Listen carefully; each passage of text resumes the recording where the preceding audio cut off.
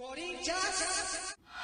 Salve Timão, eu sou o Duca Reis e o Corinthians ainda tenta as contratações de Michael, Sid Clay e Cantillo, negociações cada vez mais complicadas, ainda mais que o Palmeiras entrou na jogada para tentar a contratação do Michael e do Cantillo. O Flamengo também tem interesse no volante colombiano.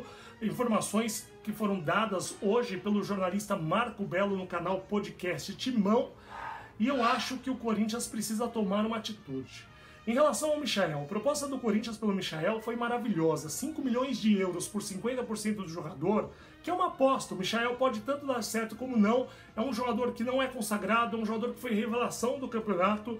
Pagar mais do que isso é muito arriscado. Até março do ano passado a torcida do Goiás pegava no pé do Michael. É um jogador que evoluiu bastante durante o ano, jogou muito de fato. Acho que ele tem tudo para dar certo no Corinthians, mas o Corinthians não pode fazer loucura.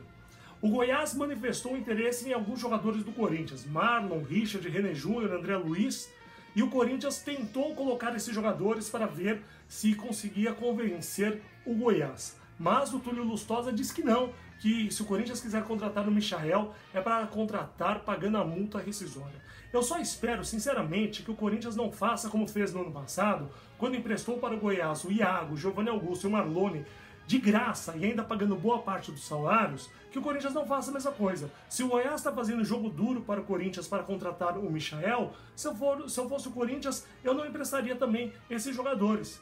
Se o Goiás quer contratar esses jogadores, então que pague ou coloque esses jogadores na negociação do Michael, senão nada feito. Agora é claro que o Goiás está fazendo um leilão, o Goiás está esperando a proposta do Palmeiras, e aí a Palmeiras, como tem a Crefisa por trás, o Goiás acha que o Palmeiras talvez pague mais do que 5 milhões de euros. Eu sinceramente tenho minhas dúvidas, porque como eu já disse, o Michael é uma aposta, o Palmeiras gastou muito nos últimos anos, e a impressão que eu tenho é que por lá também eles vão dar uma freada para o próximo ano. Então, eu acho que o Goiás está fazendo um mau negócio.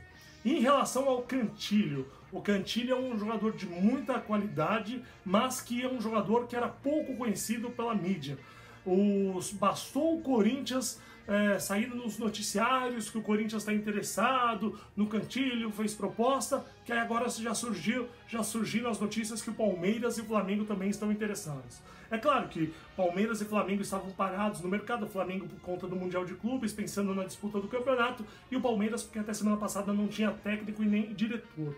Então é obviamente que essas equipes vão entrar agora com tudo para tentar contratar jogadores. Mas duvido que essas equipes tentariam Cantillo se não fosse o interesse do Corinthians. Então acho que o Corinthians não pode perder tempo, e como é uma contratação mais viável em termos de valores, já que os colombianos querem 4 milhões de dólares e o Corinthians ofereceu 2, acho que o Corinthians podia fazer um esforço um pouco a mais para efetivar a contratação desse jogador. Lembrando que o Thiago Nunes conversou com o Cantillo, a diretoria do Corinthians conversou com o Cantillo se animou a jogar no Corinthians, e isso pode ajudar o Timão a trazer o jogador. Me lembro do caso do Balbuena.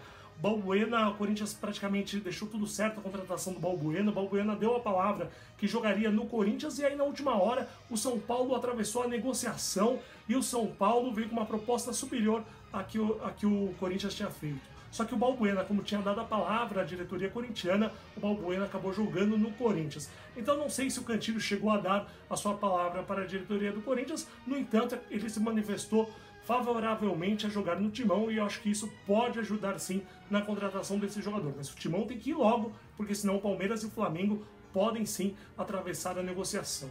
Em relação ao Sid Clay, estou muito incomodado com essa negociação do Sid Clay. Ontem eu fiz um vídeo no qual eu falei que eu acho que o Corinthians devia correr atrás do Guilherme Arana. Estão tratando o Sid Clay como se fosse um lateral esquerdo de nível de seleção.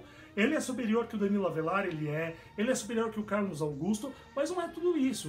O Sid Clay jogou 6 meses no Corinthians, jogou até que bem no Corinthians, mas eu não vejo ele tudo isso. Tanto é que lá no Dinamo de Kiev ele é reserva.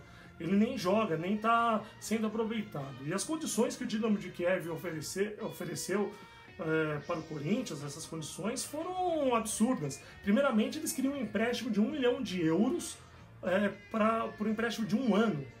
E aí agora eles vieram com uma proposta, já que o Corinthians já disse que não pagará esse valor, falou, ó, paga sim 1 milhão de euros e a gente dá 15 a 20% dos direitos deles para o Corinthians. Essa foi uma informação que quem trouxe foi o Thiago Salazar, da Gazeta Esportiva. mas eu acho que isso é engana-trouxa, porque aí o Corinthians chega, paga 1 milhão de euros pelo Sid Clay, que para mim não vale isso, um empréstimo desse jogador. Aí depois ele fica com 20% do jogador, o jogador vai embora, vai pro Dinamo de Kiev, o Dinamo de Kiev vai fazer, vai jogar duro para renovar o contrato do jogador, para renovar o empréstimo do jogador, e o Corinthians nunca mais vai ver esses 20% da negociação. Então eu acho que é um péssimo negócio se o Corinthians aceitar isso. Acho que o Corinthians deveria correr atrás de outro lateral esquerdo. No caso do Sid Clay, ontem o Andrés, no sorteio da Libertadores, ele disse que vai esperar o Sid Clay até dia 12. O Corinthians tem uma temporada, um calendário super difícil. O Corinthians tem uma pré-Libertadores, podendo pegar um time da Bolívia ou o Guarani do Paraguai. O Guarani do Paraguai que já eliminou o Corinthians em oitavas de final de Libertadores. Depois, se o Corinthians passar, ele pega o Palestino do Chile ou o Cerro Largo do Uruguai. Também adversários não tão fortes assim, mas são adversários que o Corinthians não pode bobear, tem que entrar com força máxima. Então o Corinthians precisa, sim, montar um time quanto antes, fazer uma boa pré-temporada para não correr nenhum risco. Lembrando que o Corinthians, nas últimas competições sul-americanas, o Corinthians vem perdendo para equipes inferiores. Então, por isso, eu acho que todo cuidado é pouco. O Corinthians, depois, ainda se passar, vai pegar um grupo que tem Palmeiras, tem o Tigres da Argentina e mais um time da Bolívia. O Palmeiras é um adversário histórico do Corinthians na Libertadores, no qual a torcida corintiana não quer nem pensar em perder para o Palmeiras na Libertadores depois do que aconteceu em 99 e 2000. Então o Corinthians tem essa obrigação de chegar na fase de grupos e chegar para ganhar do Palmeiras. A torcida do Corinthians não quer mais saber de derrota para o Palmeiras. Então o Corinthians tem que montar esse time o quanto antes e não pode dar o luxo de ficar esperando o Sid Clay dar a resposta, ou seja, o Dinamo de Kiev dar a resposta em relação ao Sid Clay. O Dodô também, o Corinthians foi muito cotado, o Dodô no timão, jogador revelado na base, para mim mesmo nível do Sid Clay, mas eu acho que o Corinthians tinha que pensar grande, tinha que pensar em repatriar Guilherme Arana ou pensar em repatriar ou tentar a contratação do Jorge, lateral esquerdo que está voltando para o Mônaco depois de uma ótima passagem pelo Santos. Então é isso, eu espero só que a diretoria do Corinthians use a cabeça e não cometa erros, porque nos últimos anos a diretoria cometeu muitos erros nas contratações de jogadores. Então por hoje é só.